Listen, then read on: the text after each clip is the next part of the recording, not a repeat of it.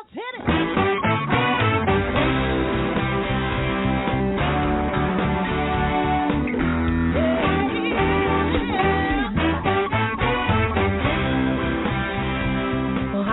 And welcome to Alzheimer Speaks Radio. I'm your host, Lori LeBay, and I'm so excited that you're joining us today. We are going to have a fascinating conversation as usual as we learn from people all around the world at all ages and stages of life. Stay tuned as we shift our dementia care from crisis to comfort. All right, here we go. What you think about, you will bring about.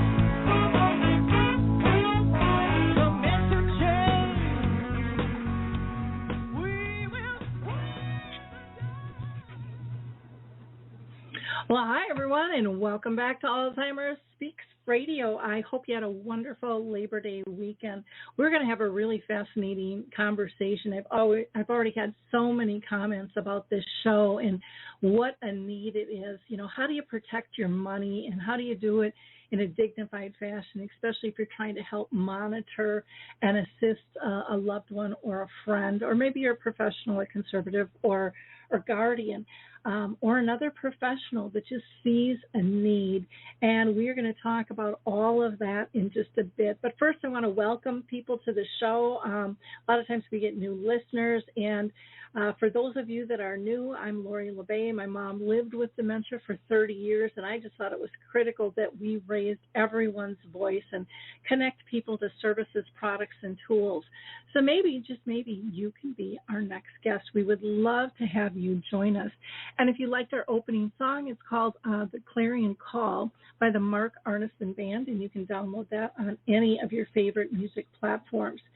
Now, we did just update our main site, alzheimerspeaks.com. Please go visit that. We've put things together so all our free resources are on one single page, and you can click through to get more details on all of those. Plus, if you're looking for an event, a speaker, trainer, all of those types of things, you can go to our programs and services. Maybe it's a support group. And then, of course, we have our branding and marketing if you're interested in hitting that niche market. And then last, a lot of times people ask about, who's the mother behind this movement? So you can go to our About page for more on that. I do want to note that I do a couple of support groups. One is Arthur's Memory Cafe, which is held the second and fourth Wednesday of the month. We are on Zoom, and we're going to continue that way. We start at 1 o'clock Central. Anyone is welcome. And then if you're in Minnesota, our Caregiver Connect program, which is sponsored by Brookdale North Oaks and the Shoreview Community Center, meets the last Wednesday of the month at 10 a.m. And again, you can just reach out to me for more information on that. Also coming up, I'll be doing a virtual webinar called Realities of Dementia, Family-Friendly Tips and Tools, and that is sponsored by Artist Senior Living. That'll be Tuesday, September 20th, and that'll start at 6:30 Eastern Time. And you can register for that by going to theartistway.com/webinar. And then on October 31st, I'll be in Minnetonka, Minnesota, working with their dementia-friendly group. And we're going to be doing a screening of The Timeless Love, which is a fabulous story, which is a Hollywood film. And it's just incredible. And then we'll do a talk back because people see so much of their own family and situation in this movie. And if you aren't familiar with Saltbox TV, please check that out. Same with Dementia Map. That's our global resource directory. We have over 150 different categories that you can search. There's a glossary of terms. There's an events calendar, blog, and so much more. Just go to dementiamap.com. We are going to hear from the Adaptive Equipment and Caregiving Corner, and we'll be right back with our guest. I love the footbar walker, and let me tell you why. It is the option for my toolbox that I've been waiting for.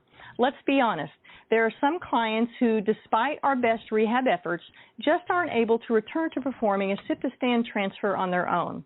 Now I can offer my caregivers an easier, safer option that doesn't involve hoisting their loved one up from a sitting position.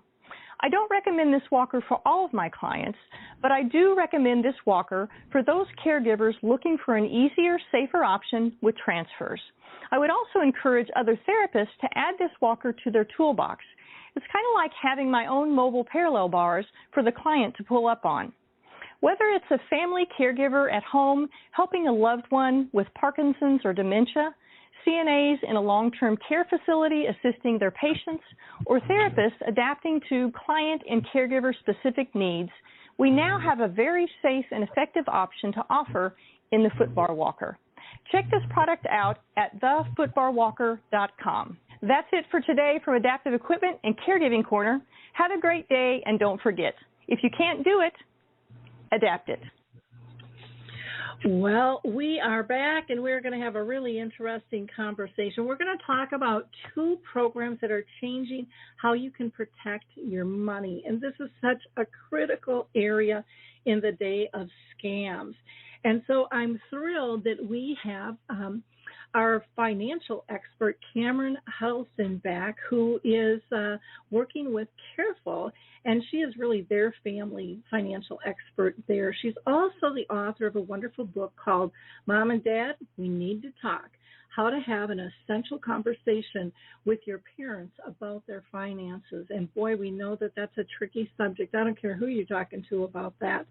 Also joining us today is Pam Krueger, and she is the founder of Wealthramp. And Wealthramp was founded to ensure that every investor finds an advisor with integrity, transparency, and focuses on their client's best interests, not their own. And I know we all assume that that happens, but that's a big mistake. And so I'm thrilled to have you both with us, ladies. Thanks so much for taking time to be with us. Thanks so much for having me. Well, great. Before we get into our line of questioning, I'm going to throw out one question I always ask everybody. And Cameron, if you don't mind answering this first, and that is, have you been personally touched by dementia in your own family or circle of friends? I have. My mother was diagnosed at the age of 65 with Alzheimer's disease, and I was her caregiver for nearly 13 years. So I was touched very closely by dementia, by Alzheimer's disease. Okay. Well, thanks for sharing that. My mom, as I think I mentioned in the intro, lived with it for 30 years. And, you know, we just never know how long this disease is going to last or even, you know, what stage people are diagnosed at, too, makes such a big difference. So thank you for giving us that background. Pam, how about you? Have you been personally touched by dementia in your family or circle of friends? Not in my immediate family, only indirectly, but over and over and over again, because I saw friends of mine that I grew up with and knew since kindergarten and watched my friends helping their parent through that stage and having to, you know, provide the care and find the right resources. And then at the same time, I produced a series on public television, on PBS stations called Money Track. And on Money Track, we had a scam alert at the end of every half-hour episode. And I would say 8 out of 10 involved exploitation of older people who were cognitively impaired. So interviewing these people over and over and their families and learning that way.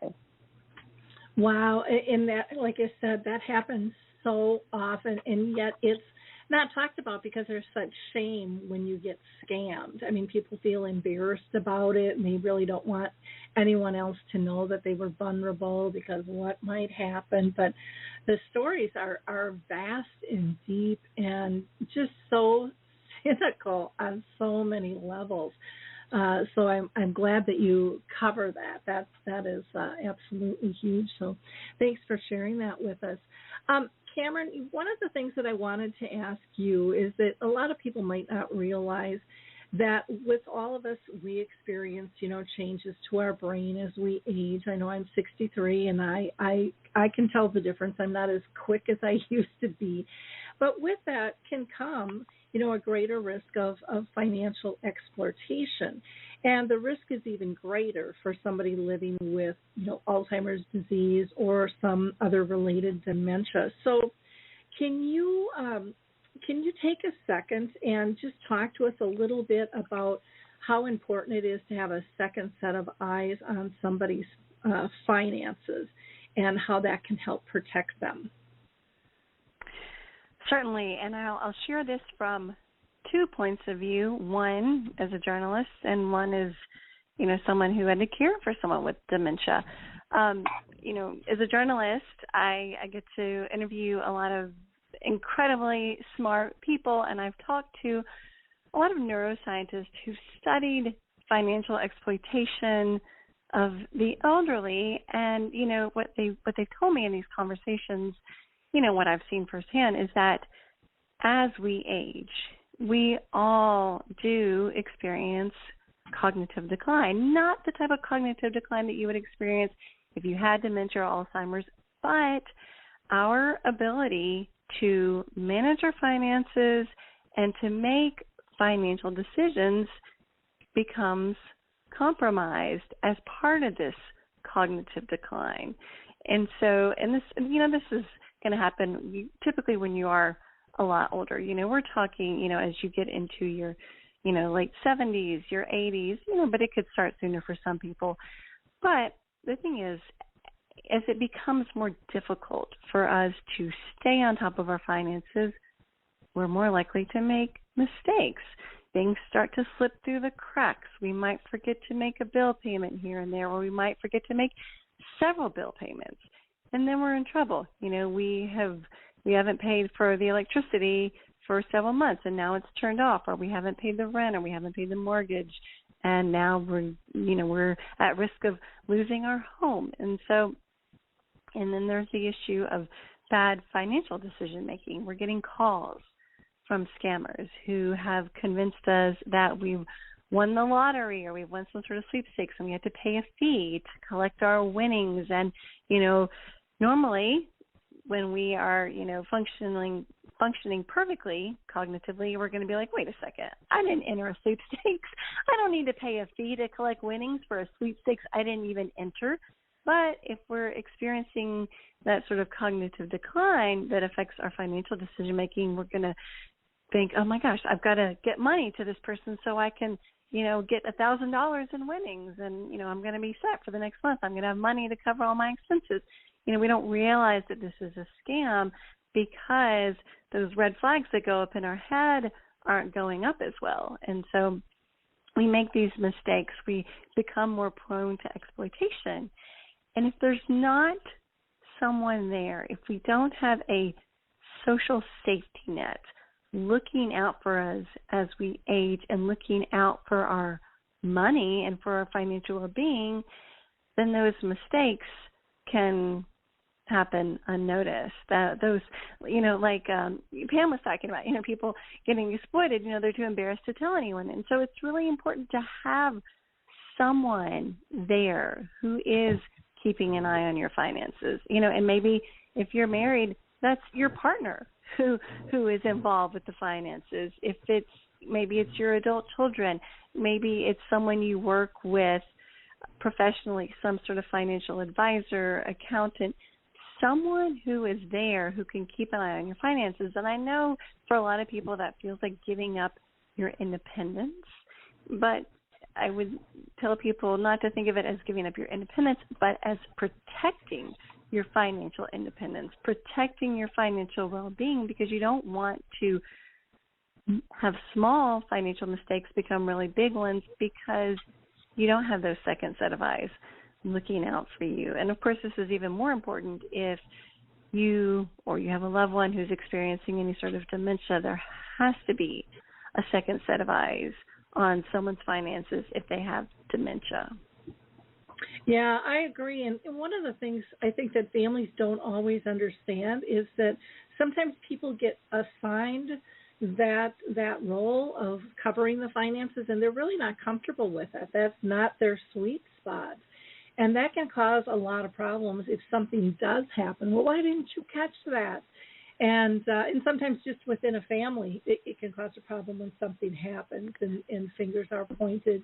And then other times, someone might be really capable of doing that, but they're overwhelmed with everything else. So, having this, this third party like Carefull looking out for a family and an individual makes a huge difference on multiple levels. So let's talk a little bit about your team at Carefull, because your service covers a lot of different things in terms of protecting an adult's finances, and I know that you've done some expansion as well since you've been on the show last. But let's start with, how do they look at somebody's daily finances and protect them?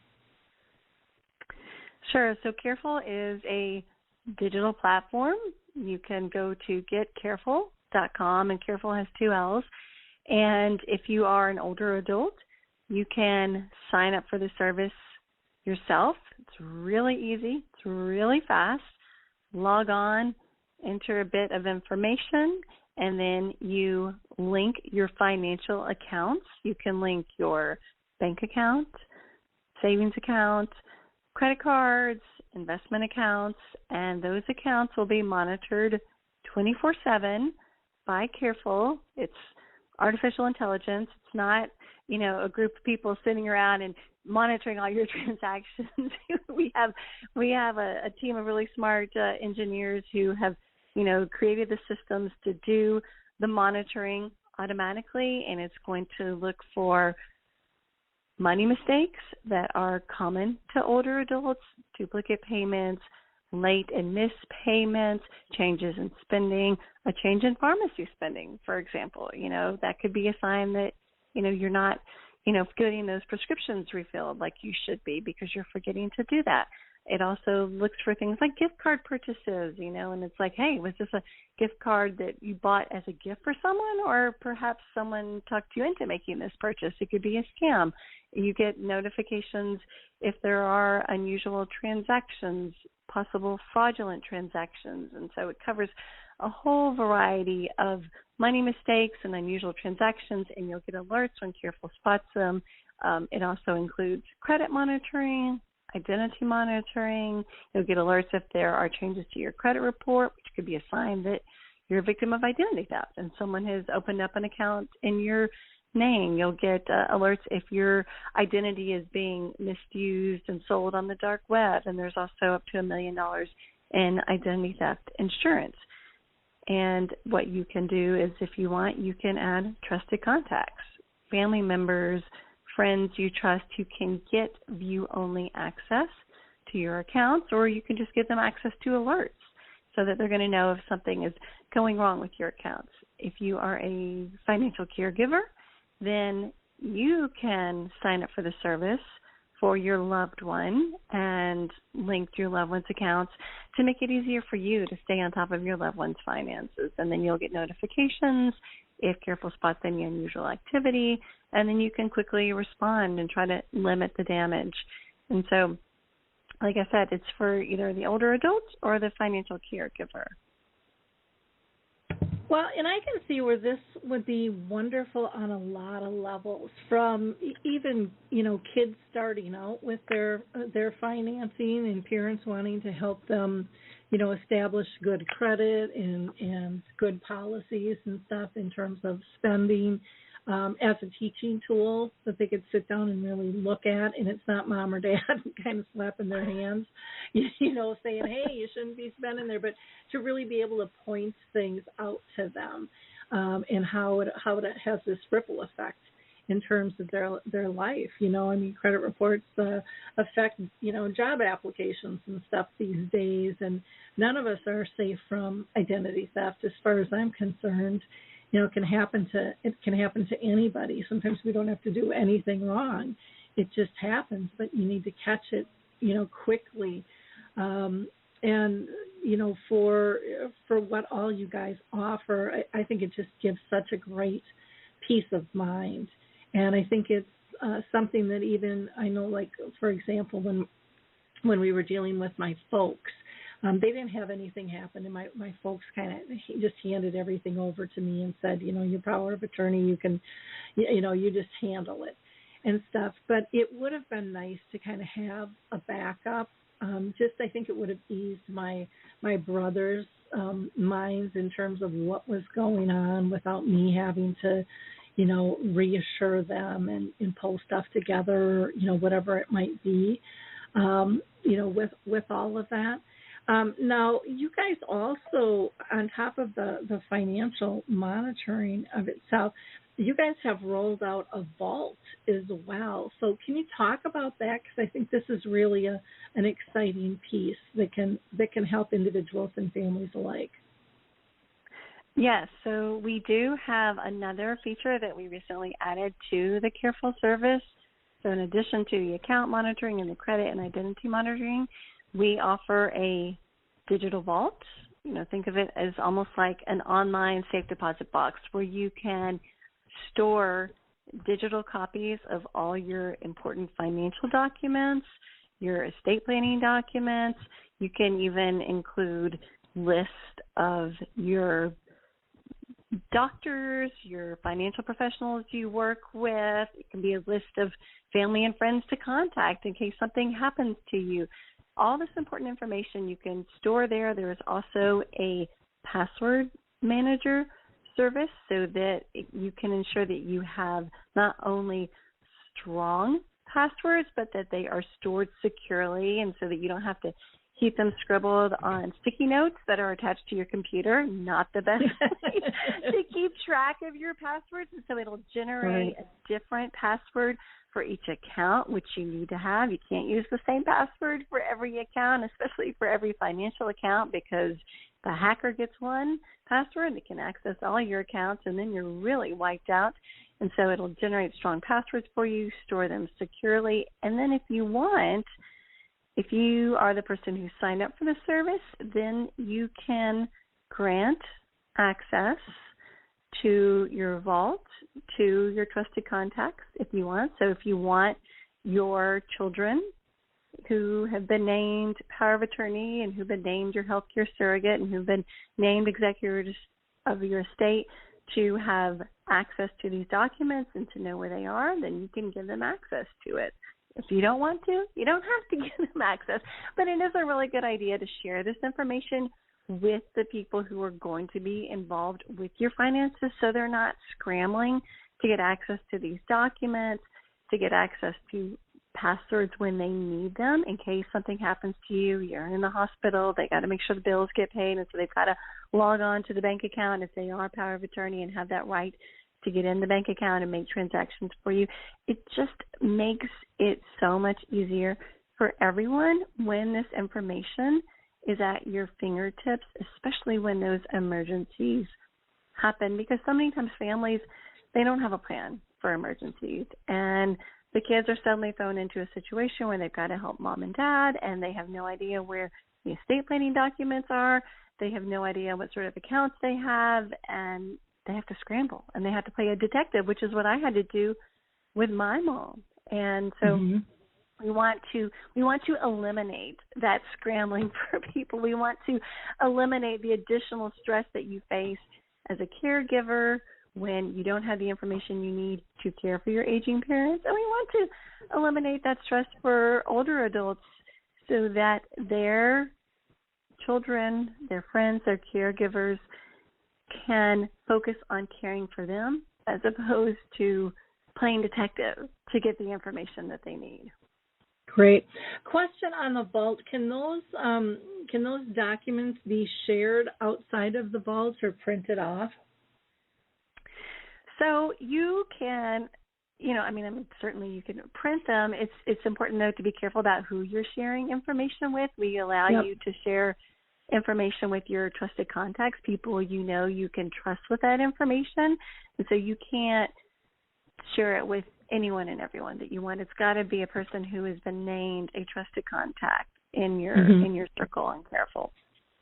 Okay. I didn't know if, let's say my mom had put me on the account, would I be able to email it to myself and print it out so I had a hard copy that I could keep close, in the house in case we needed it? You could certainly, download a copy of it and print it out. I would caution people, though, that if you are, for example, a power of attorney for your parent, you're going to need that original document.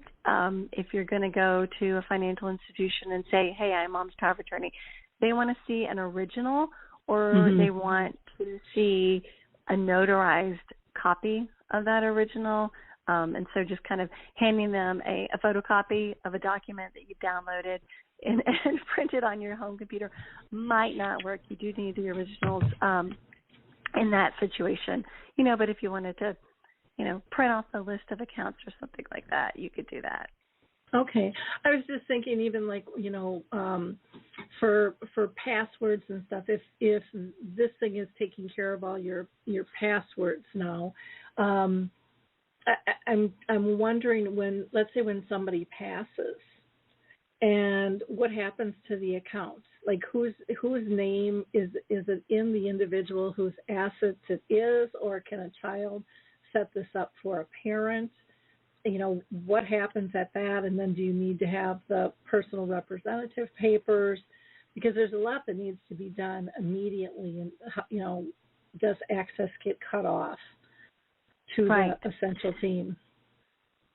So if you are the person who signed up for the service, as long as you've named trusted contacts on your Carefull account, they would be able, they would still have access and be able to get their view-only access of documents in the vault, view-only access to the accounts. If you are the financial caregiver who's set up the service for the parents, you're going to have access. We are actually, we're always making updates to our service, and so we're actually in the process of kind of creating triggering events that users can choose when to give people access. And so one of those would be, and like I said, this is in the pipeline, but one of those would be if there is a death, you could send in the death certificate and it would be verified, and then you could have access to these things. And so, maybe you are the older adult who doesn't want your kids to have access right away, but you can say, okay, I'm going to choose, death as a triggering event, or I'm going to choose, diagnosis of dementia or a healthcare emergency. And at that point, when there is that medical emergency, my trusted contacts can get access to this information. Okay, wonderful. Well, thank you so much for that information. I want to pull Pam into the conversation here. Pam, I'm wondering, how Carefull is helping, financial advisors protect their aging clients. Is that something that they're leveraging to help, that their clients or vulnerable adults aren't getting exploited? Definitely. Carefull is a tool that trusted contacts have already existed for a long time, and securities regulators and in concert with organizations that are looking to protect older Americans from financial fraud or from financial exploitation are urging, and they always want you to have trusted contacts. Think of Carefull as being trusted contacts on steroids, because it's an early smoke detector. Now, overlay that onto a financial advisor's role in your life or in your aging parent's life. Using this tool in conjunction with trusted contacts helps that advisor spot all kinds of irregularities that become red flags. And maybe with the advisor looking out, remember we mentioned earlier, you're talking about maybe you're assigning this role of financial caregiver to someone in the family. And then Cameron brought up the great point. What if that person doesn't really feel comfortable because they don't feel like they are, in that position to make those kinds of decisions? Well, this is where, working in concert with an advisor, this is the advisor's job. This is the advisor's role. So let me take a step back for a second, because the short answer to the question is Carefull makes the advisor's role just that much better and safer for really watching out for situations, specifically where there could be diminishing capacity of the client. It might be that the advisors are the first ones to notice something that maybe that assigned person within the family would not have picked up as a red flag. So those are the kinds of patterns you're looking for if you have an advisor in your life or your parents have an advisor in their life. Now, let me take a step back because this is the important part. This is where I have to say we always think about financial advisors in one big lump, one big group, right? A big population, they're all just the same. Mm-hmm. They're not the same. Financial advisors fall into two distinct categories. They're either going to be part of the problem and part of the exploitation, or they're going to be the solution to the exploitation.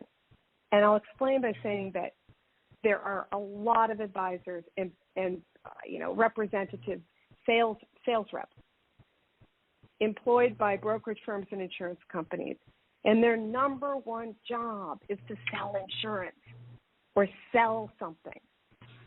And they're in the role of advisor.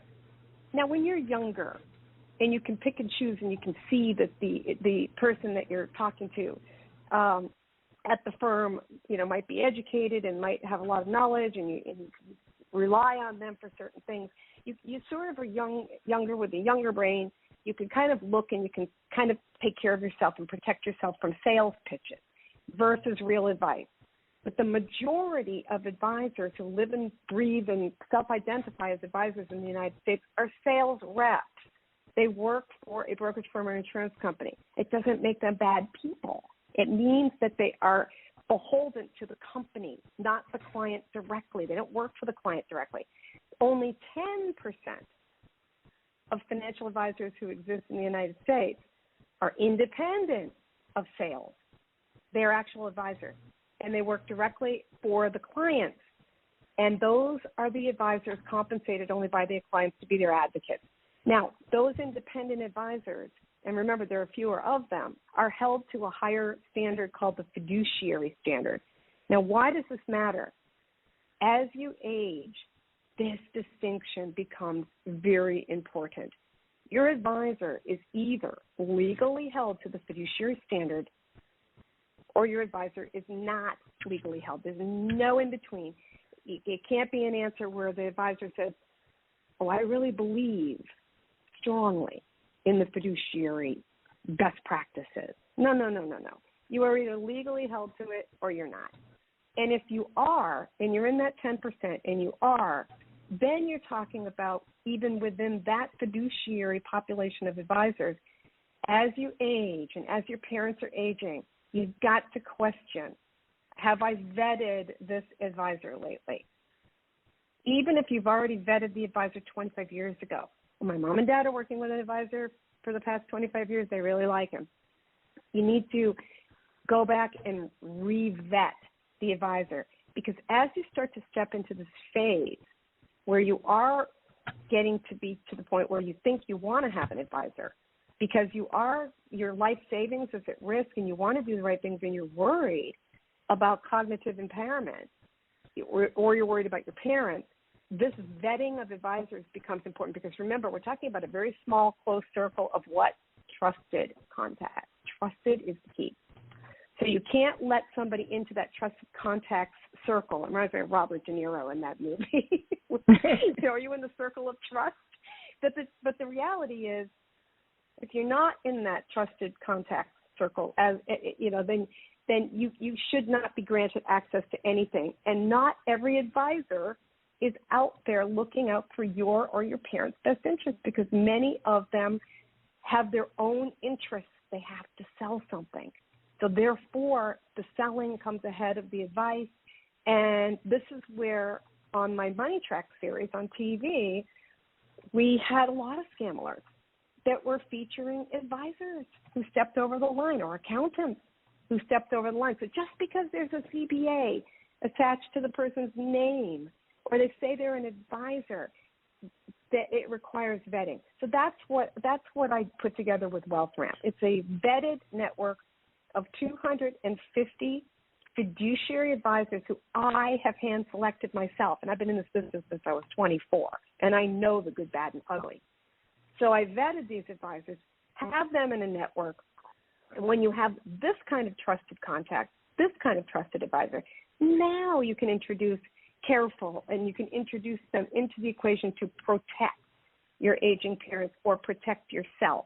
But I'm telling you, as you age, who are you talking to about your parents' money or your own money becomes a huge piece of the puzzle of how to avoid getting taken advantage of. And I'm sorry to say it, but there are instances after instances where, I mean, I know it because I was there, where someone who is, you know, slightly cognitively impaired walks into the local bank and their jumbo CD is now due. I mean, their certificate of deposit matured. They've got $100,000 sitting there. And the bank teller says, oh, do you want to get a higher rate on your money? Go to Johnny over there, sitting under that umbrella over there. He's selling investments. What happens? People wander over. They don't vet. They don't check. And wham, bam, the next thing they know, they've locked themselves into an investment that they can't get out of. Now, it might not be a scam and it might not be Bernie Madoff fraud, but now your money is locked up and you can't get it out because it's now in an annuity. And it's going to cost you $8,000 to take it out now because you made a mistake. So that's the kind of thing that I protect against with this advisor network. Is I am a jerk about advisors for a reason. And we have partnered with Carefull because our advisors love having this early smoke detection system built right in to protect their clients. But again, it has to be the right advisor. Well, it's so true. And I mean, even when you get a reference from somebody else, you know, when I sold real estate, I'd see this all the time. And they're like, well, my Aunt Sally used them and they were great. Well, Aunt Sally's needs are different than your needs. And you need to have someone who you feel comfortable communicating with as well as being someone who's transparent and working in your best interest and all of those things too. People's goals are different. People's beliefs are, it's amazing how people's beliefs are different and what risk means to them. And having someone who really understands all of that and is willing to talk about that instead of just dangling the carrot in front of somebody going, That's oh, yeah, right. but this will make you more money, but they don't talk about the what ifs or, right, you know, telling you what you want to hear. And you know what? I'll tell you something, Lloyd. This is really interesting. When it comes to referrals, when people get a referral from a friend for an advisor or a neighbor, what are you assuming when you're asking for that referral? I'm assuming that my neighbor or my friend did homework. I don't want to do the homework, but she's smarter than me or he's smarter than I am, so therefore they did the homework. Right? No, they didn't do the homework either. They probably got the name from somebody else or God knows where they got the name. But it's 2022, right? And here we are. And there's only 3 ways to find, until Wealthramp really came along, there's only 3 ways to find an advisor, and it's pretty much the same as it was back in the 1990s. You either walk into a brokerage firm or insurance company and you get who you get, and you hope you're lucky, or you ask a friend or a neighbor like we just said, or you go online and you wind up in one of these lead generation machines where they ask you to put your phone number in. And, I mean, I ask people for their information so I can match them to the right advisor. But these are lead generators that take your information, turn around and sell it. They sell your name and your contact info immediately to different insurance agents and whoever wants to buy your name. And the phone starts ringing off the hook with solicitation. So on Wealthramp, we protect people by not sharing any of the information I collect with the advisors at all until it's the person who's the prospective client who is the one, the user who is the one who came to me, who has to be the one through a one-way mirror can contact the advisor. But the advisors can't even contact. I don't share the information with anybody. So that right there is the first line of protection. And you can probably tell I'm pretty passionate about this. And I'm so excited about Cameron and about working with this amazing tool because it really is. It's so simple to use with the vault. And our advisors are loving working with Carefull. So consumers can either work with Carefull directly, or if you have an advisor, you definitely want the advisor to know about Carefull. Yeah, which is really nice. And one of the things that I like, with Carefull too, is that the whole family can utilize this. I know, like when my folks, when we were trying to get them to do their will, they were blue collar workers. My dad's like, we don't really have that much. And I'm like, Dad, you have more than you think you do. And the only way we could get them to sit down with an attorney was for my husband and I to sit down and go, you know what, we're going to do ours too. Because now it wasn't an end of life thing. This is really about smart living and protecting yourself. We're all so vulnerable these days, and I loved how you talked about Wealthramp. Not sharing that information. That's what we do with Dementia Map too. We don't collect any information because our goal isn't to get people bombarded and more confused.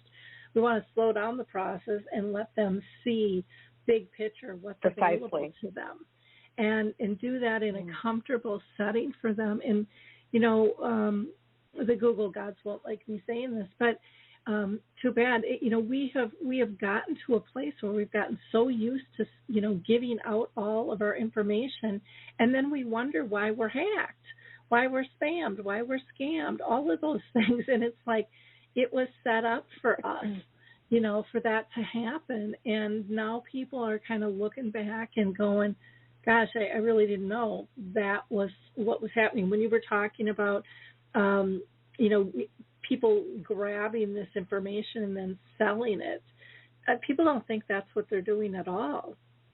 They think they're exactly what they're doing. That's how they make a lot of money, just by getting your information and under the auspices of we're going to help you find an advisor. Now, Wealthramp, my site, I match you to an advisor, but like I said, we don't share it. But every other website out there online, be careful, because they will take your info and they will share it and they do sell it. So that's, and Cameron, what's so really difficult about this is that the crossing of the line.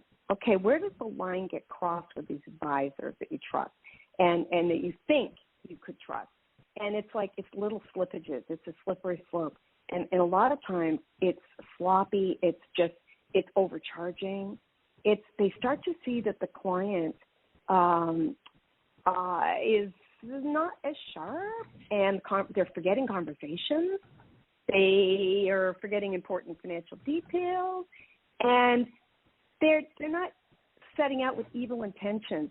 But I managed, back when I was in my 20s, and I managed brokers, I saw it left and right. It was judgment. It was errors in judgment because they needed to make a sale. And damn it, they were going to make that sale. And it's not going to hurt that person, so I'm going to do it. And the older they were, the easier it is to make the sale. And that's the slippery slope. And that's why I say it's critical that you stop and you say, is the advisor part of the problem, or is the advisor truly a fiduciary protecting my parents or protecting me? Yeah. Well, in that, those chasing those quotas, and, companies aren't what they used to be. And I'm not talking just financial. I'm just talking about corporations in general. I mean, there used to be kind of a more ethical family approach, comfort level, and it seems like everything is bottom line. And there really isn't anything out there other than that. They don't want to look at, there's a need over here. How do we serve that? They just want to keep doing what they've always done. And to me, that's really holding us back, and it can be really abusive in its own right by not. And these can be some big companies, again, in all different types of industries that we've always honored, but things have shifted in terms of what their core values are. Their mission statement might still be the same, but are they walking their talk? And I love that you have personally vetted these and that you really see from the inside out how this works, within advisors, within companies themselves, the strategy. We have Yep, we have 250 different advisors that help different types of people with different specializations across the country. I have hand-selected and vetted every single one of them for a reason. I'm paranoid.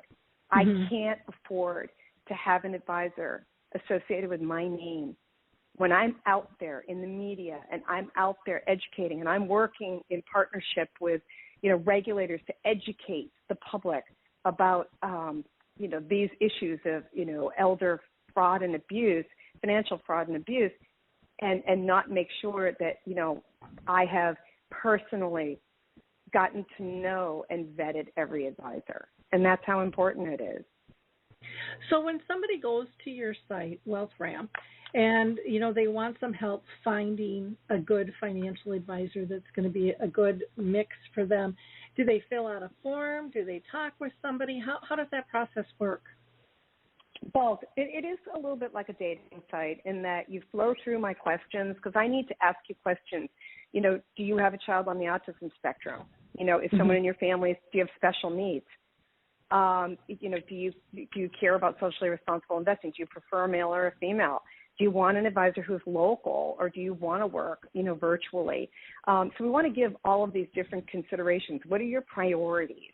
Tax-focused planning, all estate planning, et cetera. So by the time you flow through, it takes about a minute and a half. And by the time you flow through that survey and answer those questions, then I'm going to generate 3 advisors, never more than 3. And you're going to look at each one, and their SEC records are going to be right there. And every single one of them is a fee only. They work only for their clients. They don't accept compensation from any product. They won't accept it. They don't accept it. They don't sell anything. And they're established. They've got the experience and the credentials and the education, and they're humble, and they collaborate with their clients beautifully. That's part of the vetting, to make sure that so many of our advisors are working with the whole family. They're holistic. So the adult children know the advisor already. So that's the kind of relationship that can really help enhance working with Carefull or working to protect. That's where the advisor's the solution and part of the solution, and reduces stress. That's an example of how things go right. So what happens when you see the 3 advisors, though, when you're matched, it's up to you. Remember, it's a one-way mirror. You can see the advisors. They can't see you. So you can click right there, schedule a phone call with me, the advisor. You can contact Pam. You can write a note in the chat box. You don't have to do anything at all. So it's completely up to you when you come through and you're looking for an advisor. It's totally up to you to take whatever action you want. But nobody, no advisors even know you exist. Nothing gets shared. See, and I love that because, and I had mentioned this offline, but I'll mention it to our audience. I've done some training for financial advisors, and it was really interesting because there was really 2 sets out there, and the line was thick and separated the 2. One set really wanted to help support the family through and through and do what was best for them, and the other one was like, I'll help them with this. I will help them only with this. I am not a counselor. Don't look for compassion. Don't look for empathy. Don't look for additional services or referrals or whatever. I am just me. I am not a counselor. And it was so blatant. And I think when you are in this situation, anyways, for me, I wanted that other one. I wanted the other one that saw the whole picture of what the needs were. You can't settle. You cannot settle for less. And as you get older, this is when the eyes start to open up and people really get it and they really see it for the first time. You can't settle for less. So when people come to me and ask me questions, and they'll say, Pam, I want to take my time, and I give them questions that I want them to use to interview each advisor. And I always tell people the same thing. Take a deep breath, slow down now. You can slow down. This is a very thoughtful decision. You take your time when you're choosing an advisor who's going to enter into your life. Because if you do it right, this advisor is a game changer, and the fee will pay for itself. And if you do it without thought, you do it out of fear, or you just get a name, all kinds of things. You might not even be harmed, but you probably won't be helped. And I want you to be helped. If you're going to have an advisor and you're going to pay a fee, they need to help you. Yep, exactly. So let me ask you this, and then I want to flip back over to Cameron. But Pam, while I've got you on the line right now, is there a fee for people to use Wealthramp, and how does that work? Now, I wanted to try to align the stakeholders' interests when I created Wealthramp, and I don't want the client to have to pay. I think the advisors really should pay me. I vet them. I take the time to get to know them. I expect a referral fee for not making the introduction. But after the client after someone signs on and hires the advisor, I generally collect the referral fee 3 months. It takes about 3 months because I want to make sure the relationship is settled. I don't want to have to give back a referral fee in case it wouldn't be. But also because I want to make sure that, I really want to make sure the client is really settled in. But I'll tell you something really ironic here. I can't audit the advisor's accounts with their clients, so I can't really know for sure whether I'm getting paid the right referral fee. So I'm on the honor system. The advisor's integrity has to extend to me too. They have to self-report, and they're on the honor system to pay me the referral fee. And it works because they want to stay on my platform. So they do self-report and they do pay me. But see, this would never work with advisors who were not as ethical because they would cheat left and right and I would bounce them off the platform anyway. But, this is where the integrity comes in. So that's how I get paid. Okay, great. Cameron, how about you with Carefull? What is the cost to a family to sign up for Carefull? So as Pam mentioned, we have a direct-to-customer version, and so you can sign up, or if you're a caregiver and you're signing up for your parent, it's $16.66 a month if you opt for the pay annually option. If you want to just pay month by month, then you actually pay a little bit more. It's $24.99, so you get a discount if you sign up for the annual option. And then if you are working with a financial advisor who uses our Carefull Pro service, then typically advisors will just, bundle that in as part of the services that they offer, and their clients aren't paying anything extra for it. And I wanted to add something too about advisors. If you have a parent who is already working with an advisor, and you, after listening to Pam talk about how to choose the right advisor for you, and you're wondering, hey, is my parent working with someone who is really looking out for their best interest, I would encourage you to ask your parents if perhaps you could go to a meeting with them and their advisor. And you can couch it this way. Just say, hey, I'm looking for an advisor for myself. Can I come with you to one of your meetings just to see what your advisor is like? Yeah. To get a sense of what that person is like and whether they're really looking out for your parents' best interest. And if you get a bad feeling, then you have a conversation with your parents and say, I don't know.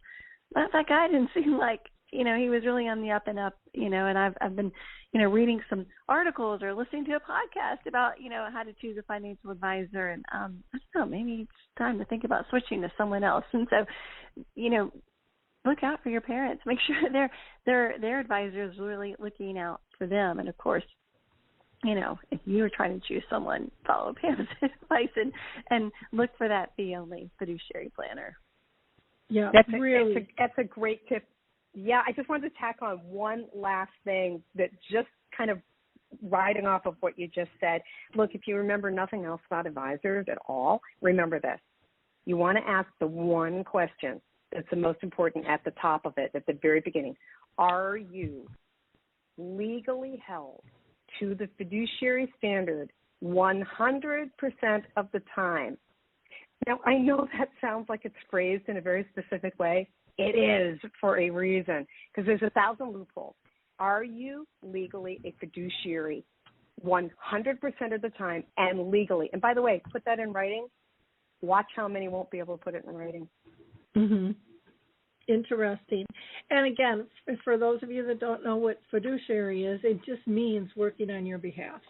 They have to have your interests in front of theirs, for sure. And that is really, really important because we all assume that happens. And the same thing happens in real estate and many, many other industries as well. So I think that that's a good advice to write it down and have them sign it. So you've got something that you really feel confident in, for sure.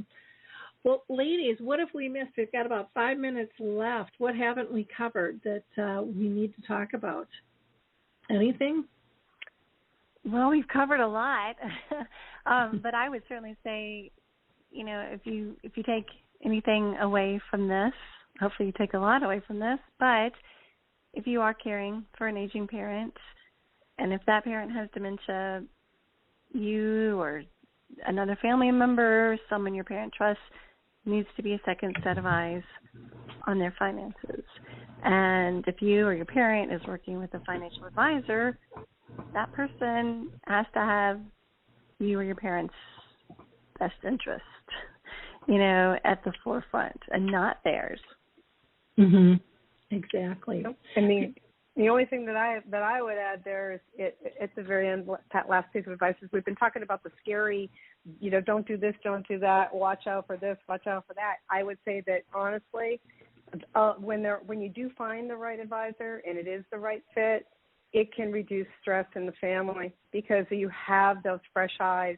You have someone you can turn to and collaborate with and really know that you can talk about, all the awkward, difficult family money conversations. And that's why having the right advisor can be a game changer in the best possible way. Very true. Very true. Well, ladies, I can't thank you enough for your time today. This has been a wonderful conversation. And, I really urge people to go to your websites to contact you. Carefull, you can go to www.getcarefull.com. That's getcarefull.com. They're also on Instagram and Twitter as Get Carefull. And then for Wealthramp, you can get a hold of Pam by visiting her site at www.wealthramp.com. Nice and easy, and there's contacts available on their site, and you'll be able to find pricing and much, much more information. And in wrapping up, I just want to say, please pass this episode along. This was really a powerful conversation, and it can decrease people's stress levels and avoid so many difficult situations that you just don't have to go through when you tap into great professional services that see the need, they understand it, and they're here to support you. So, again, check out Carefull at getcarefull.com and Wealthramp at wealthramp.com. Have a blessed week, everyone. We will be talking to you again on Thursday, where we're going to have a wife talk about her husband who is living with frontal temporal behavioral variant. So take care, and we'll talk soon. Bye now.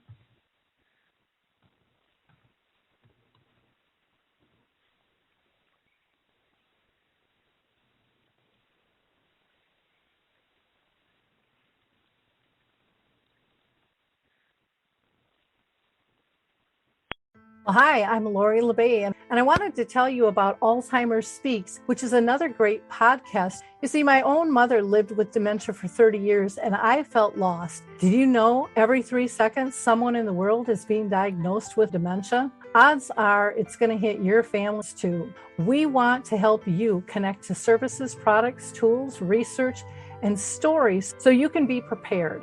Please subscribe to Alzheimer Speaks on your favorite podcast platform.